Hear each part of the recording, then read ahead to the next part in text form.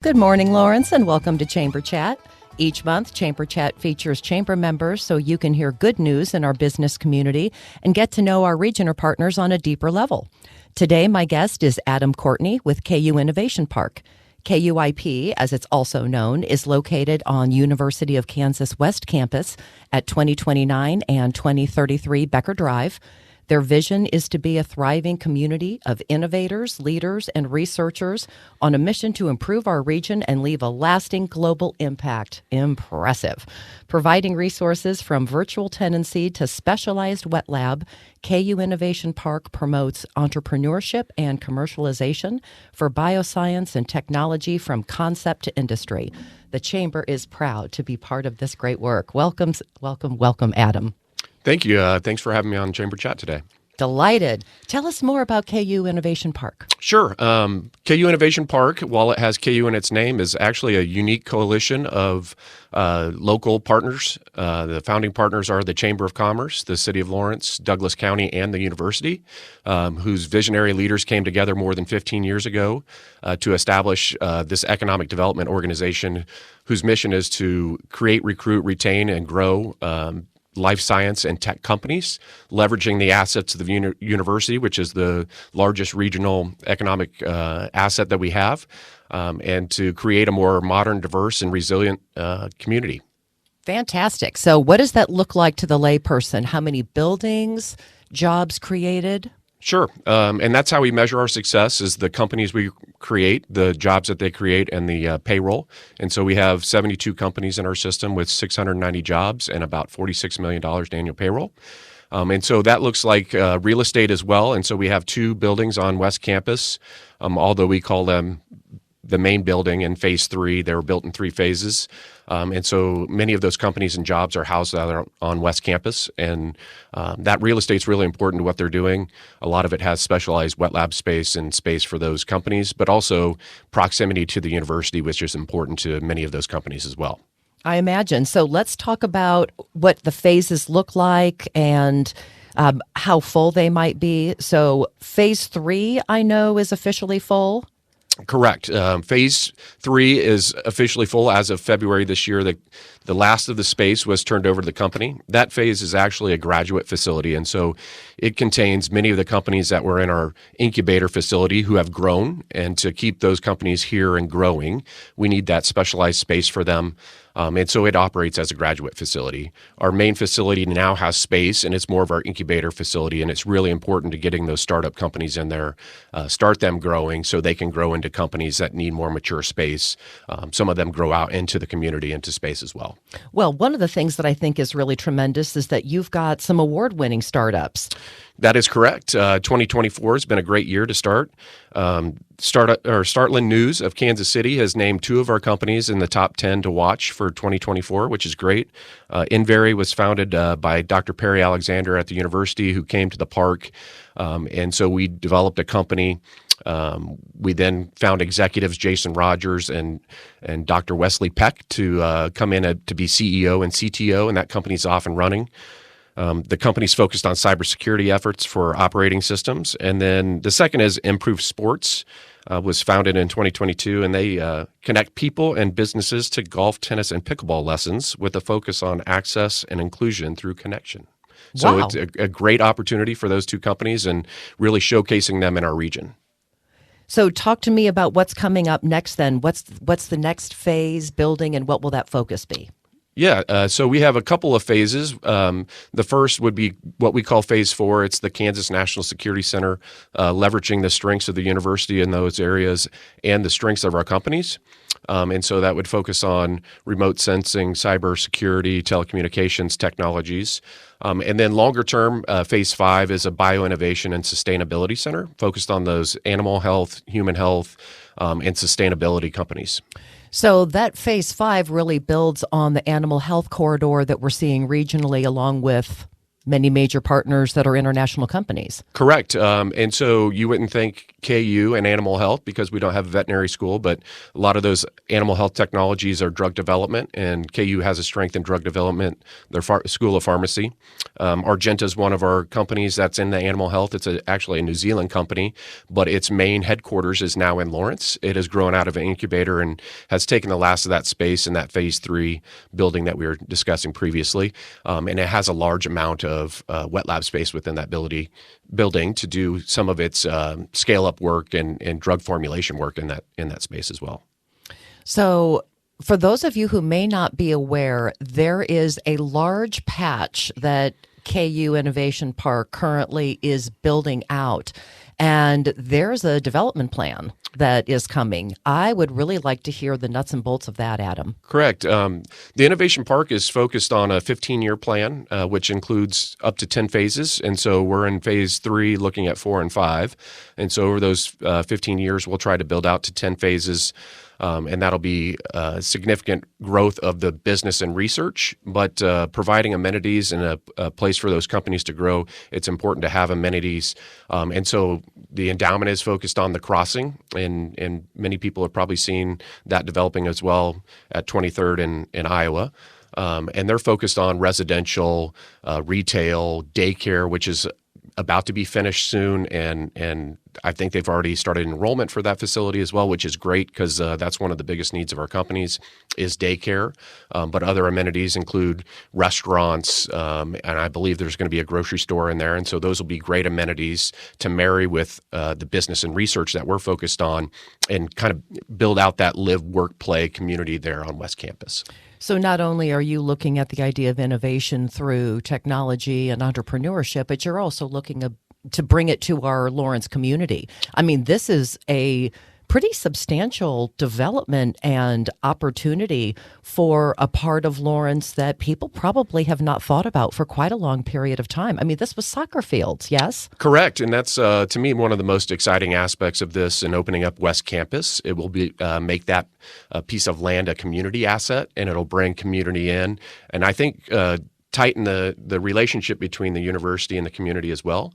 You'll have people eating in restaurants right next to each other, researchers eating next to business people, eating next to community members, which I think is great. And it leverages a spot in the community that we really need, I think, for development. And it creates an atmosphere, I think, that's attractive to the young professionals that are coming out of the university as well. We talk about brain drain a lot. And so how do we capture more of those young professionals that are highly educated? Well, we have to create jobs for them, but we also have to create spaces that they want to live and work and play in. And I think having a place where they can live, walk to their job, after they get out of their job, walk to a place where they might grab a drink or food. And so creating that live, work, play, I think is important for that aspect as well, is capturing some of those young professionals. I agree. And I just want to hit something that I know we've heard a little bit of.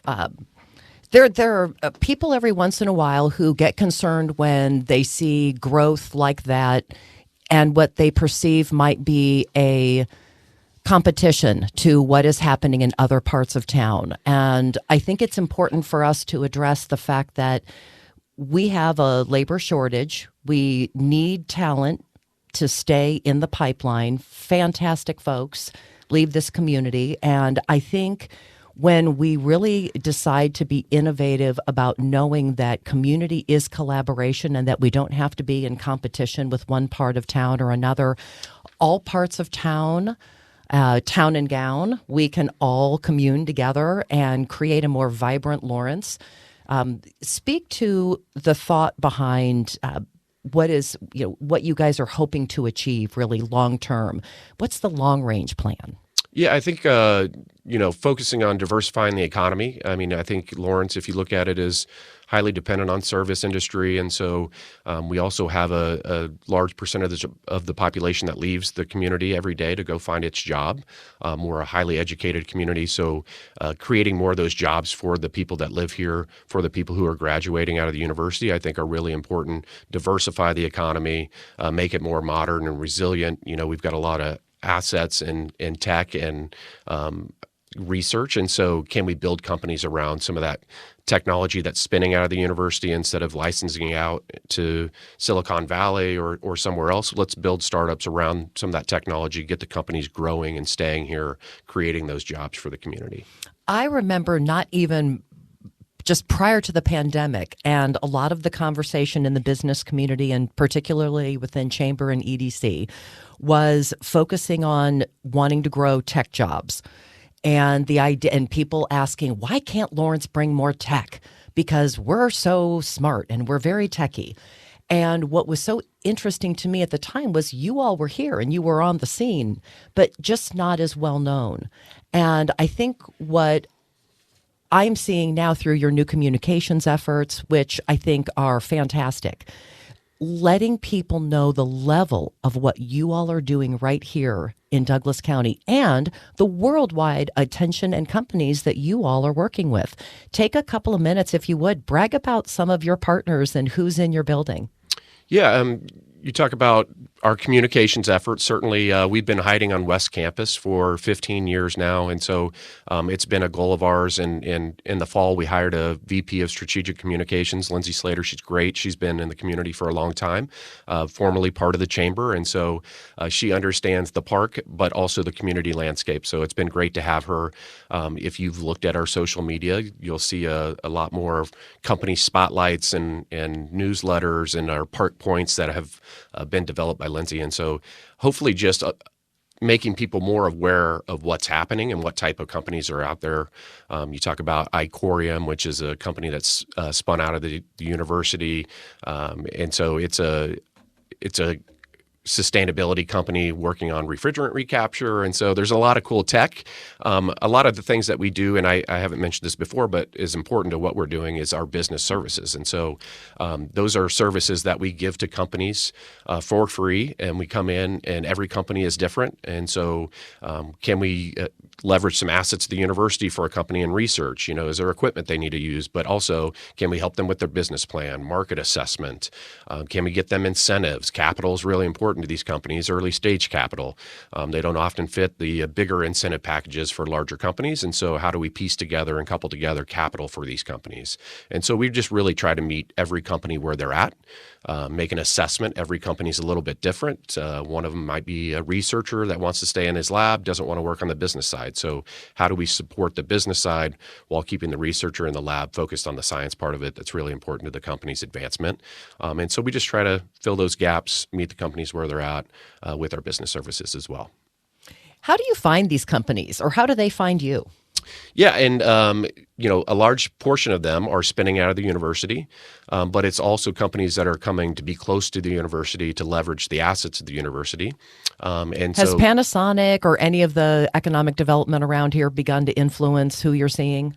Yeah, and I think you'll see that have a bigger influence as technologies develop and as research is done at the university. I think, you talk about battery technology and other technology. I think the University of Kansas is a great place for Panasonic to do some more research and development and establish those research relationships with the university. And so hopefully we'll see more of that in the future. And, right now our clusters are around the national security, engineering, software development, animal health, human health. And so hopefully we'll see a continuation of developing different clusters as we mature. It's incredible to think about the diversity of all of what KU Innovation Park actually inhabits. So, because we did not say it, I want to make sure that you all know how to take a look and find the blog that Adam talked about, as well as newsletter, kuinnovationpark.com, all spelled out. That is going to have specific company highlights with videos that are featured on the park website, as well as the social media to showcase the variety of companies that are there at the park.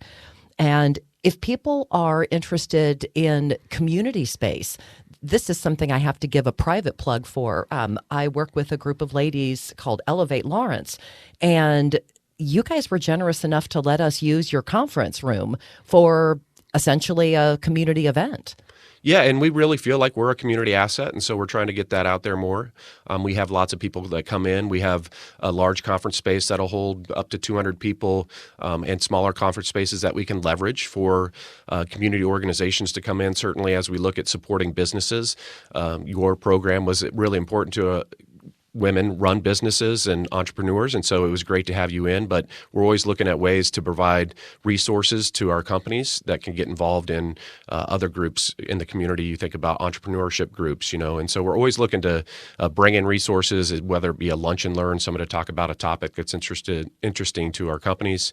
But certainly we're there to be a community asset for companies and entrepreneurs. Speaking of community asset, we would be remiss if we did not give so much gratitude to an individual who was so instrumental in KU Innovation Park, and that is Mr. Laverne Epp. Yeah, Laverne was one of the visionary founders of the Innovation Park, and so without his leadership and the foundation on which he built, that's really what we're looking to build over the next 15 years is to leverage that foundation in which he put us on. And so Laverne was a great mentor for me for 10 years, and so I was blessed with the opportunity to work with Laverne. What do you see for the next? What is your vision for the future?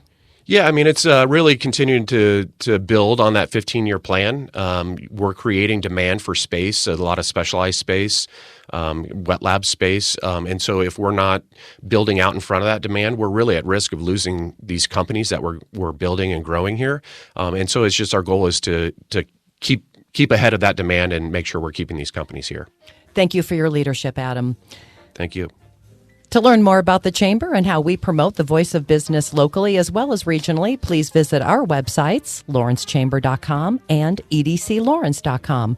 Thank you for tuning in. Make it a great day, and remember, life is better in Lawrence.